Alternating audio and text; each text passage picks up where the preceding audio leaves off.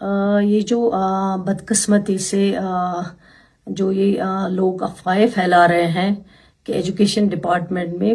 یہ جو ہے FAT سکولز ان کو ٹیک اوور کیا ہے، لیکن میں اس کو کلیئر کرنا چاہوں گی۔ ہمارا جو پرپوزل تھا وہ یہ تھا کہ یہ جو 215 سکولز تھے جن کی آج سے 6 سال پہلے CID ویریفیکیشن نگیٹو تھی، اور اس لیے ان سکولز کو لاوارث چھوڑا گیا ہے۔ بار بار بچے آتے تھے، لوگ آتے تھے، اور یہ بچے جب ان کا بورڈ ایگزام ہوتا تھا اس ٹائم ان کو بہت دقت آ جاتی تھی۔ ان کو کوئی فارم جو ہے وہ بھرنے کے لیے تیار نہیں ہوتا تھا، اور بورڈ ان کو لینے کے لیے تیار نہیں ہوتا تھا۔ ایجوکیشن ڈپارٹمنٹ نے پھر ایک فیصلہ کیا تھا کہ ان کے لیے جو ہے نیئرسٹ پرنسپل جو ہے وہ فی الحال لک آفٹر کرے گا ان سکولز کا، جن میں 51,000 کچھ بچے جو ہیں ان سکولز کے اندر پڑھ رہے ہیں۔ بچے بھی وہی رہیں گے، ٹیچرز بھی وہی رہیں گے،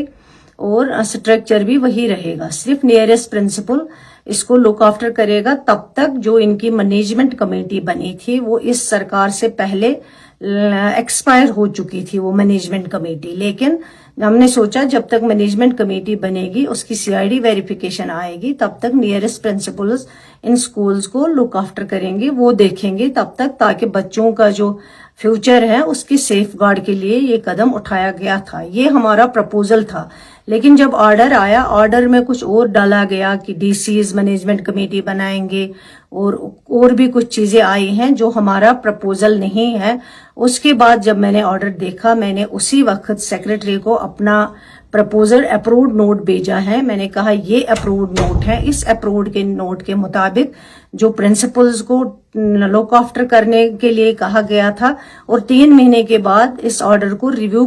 کرنے کے لیے بھی اس پرپوزل میں لکھا گیا تھا،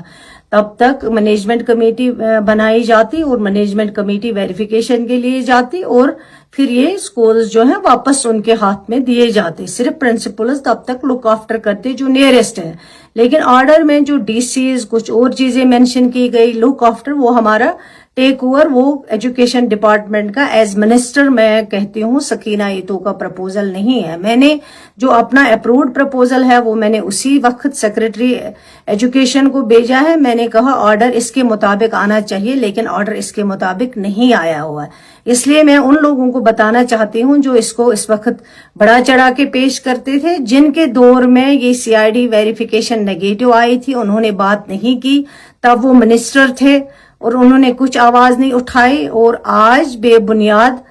وہ اپنی آواز بلند کر رہے ہیں، ڈرامہ چڑھا رہے ہیں، اور اتنے برسوں میں انہوں نے ان سکولز کے لیے، ان 51,000 بچوں کے لیے کوئی بات نہیں کی۔ میں ان کو شیم کہنا چاہتی ہوں، جنہوں نے کہا ہے کہ سرکار کے لیے شیم ہے، یہ ان کے لیے شیم ہے جن کی وجہ سے آج یہ حالات ہمیں دیکھنے پڑ رہے ہیں۔ شکریہ۔